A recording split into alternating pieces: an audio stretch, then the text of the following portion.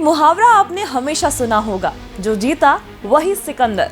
लेकिन इस मुहावरे को उज्जैन के विक्रम विश्वविद्यालय ने बदल दिया है। इस विश्वविद्यालय में अब से कहा जाएगा, जो जीता वही सम्राट विक्रमादित्य। ऐसा इसलिए किया जा रहा है ताकि युवाओं को प्रेरणा मिले। अब जल्द ही विश्वविद्यालय की अध्ययनशालाओं में पढ़ाए जाने वाले पाठ्यक्रम में ये मुहावरा बदले हुए रूप में ही पढ़ाया जाएगा। विश्वविद्यालय में पढ़ने वाले युवाओं के प्रेरणा के स्रोत विक्रमादित्य होंगे।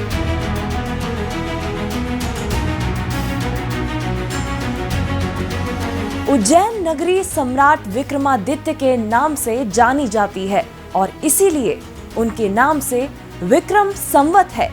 अब उज्जैन शहर में स्थित सम्राट विक्रमादित्य के नाम वाले विक्रम विश्वविद्यालय में पढ़ने वाले बच्चों के लिए मुहावरा बदला जा रहा है। मुहावरे में सिकंदर का स्थान सम्राट विक्रमादित्य ने ले लिया है। कल परसों हमारे विभागाध्यक्ष लोगों की बैठक थी, तो उसमें ऐसी कोई बात आई जिसमें मतलब किसी ने ऐसे चर्चा किया कि जो जीता वही सिकंदर।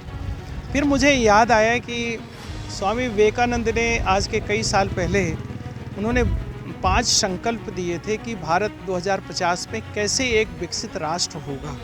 उसमें उन्होंने 2 संकल्प थे जिसका जिक्र जो है हमारे माननीय प्रधानमंत्री जी ने लाल किले से भी दिया था। उसमें था कि अपनी विरासत पर गर्व। कोई भी समाज, कोई भी परिवार या राष्ट्र यदि उसके युवा अपने विरासत को नहीं जानेंगे, उस पर गर्व नहीं करेंगे, तो वो कभी भी विकसित राष्ट्र में डेवलप नहीं हो सकता। इसलिए जो ये मुहावरा प्रचलित है, जो जीता वही सिकंदर। सिकंदर हमारे युवाओं के लिए कोई आइकॉन नहीं हो सकता। हमारे अपने महापुरुष आइकॉन क्यों ना हो, उनका नाम क्यों ना लिया जाए। इसलिए इसको ध्यान में रखते हुए इस तरीके की प्रचलन जो है विक्रम विश्वविद्यालय शुरू कर रहा है, एक अभियान के तहत शुरू कर रहा है, जिसमें ये मुहावरा रहेगा कि जो जीता वही सम्राट विक्रमादित्य। सम्राट विक्रमादित्य कई माने में जो है सिकंदर से बहुत ही परे हैं और हमारा विश्वविद्यालय जो उनके नाम पे है। हमारा विश्वविद्यालय के बच्चे, हमारे युवा सब ये जाने कि कौन है विक्रमादित्य और उनका नाम लें, बजाय कि वो जो है हमारे देश को एक ऐसे व्यक्ति जो हमारे देश को लूटा है, हमारे देश की संस्कृति को खराब किया, ऐसे व्यक्ति का नाम लें। उसके बजाय ऐसे व्यक्ति को लो जिस पे पूरा उज्जैनी गर्व करता है। कई मुहावरे प्रचलन में रहते हैं, फिर वो आम भाषा बन जाते हैं।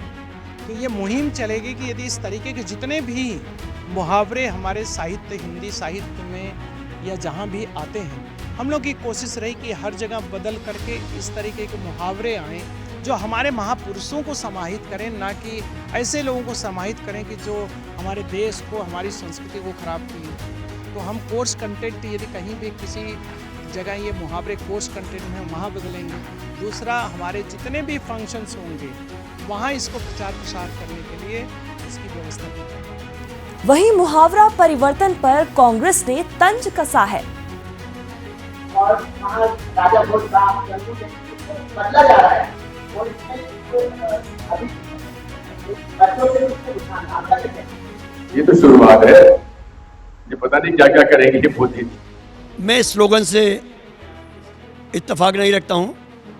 आप तो यह कह दीजिए, क्योंकि जिस ढंग की गुलामी और मानसिक विक्षिप्तता का दौर चल रहा है, जो जीता वो नरेंद्र मोदी और अमित शाह, यह कर दे भाजपा पाठ्यक्रमों में।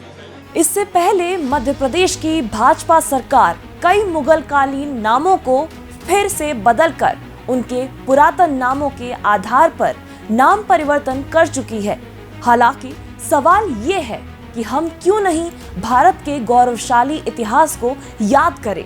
हम क्यों नहीं हमारे इतिहास से ही हमारे योद्धाओं का उदाहरण दें। आखिर विदेशी और आक्रांताओं को, जिन्होंने भारत को लूटा और हत्याएं की, उन्हें याद करने की पैरवी करने वालों का आखिर मकसद क्या है। अभय तिरवार, पब्लिक फर्स्ट, उज्जैन।